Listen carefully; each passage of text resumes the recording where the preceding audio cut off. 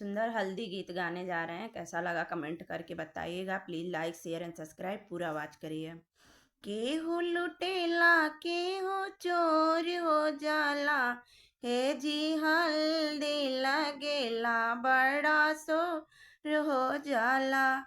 केहू लुटेला केहू चोर हो जाला, हे जी हल्दी लगेला बड़ा शोर हो जाला।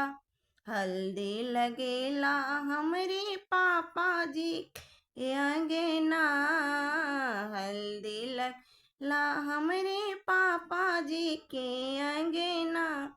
पापा के नजरे बन और हो जाला, हे जी हल्दी लगेला बड़ शोर हो जाला।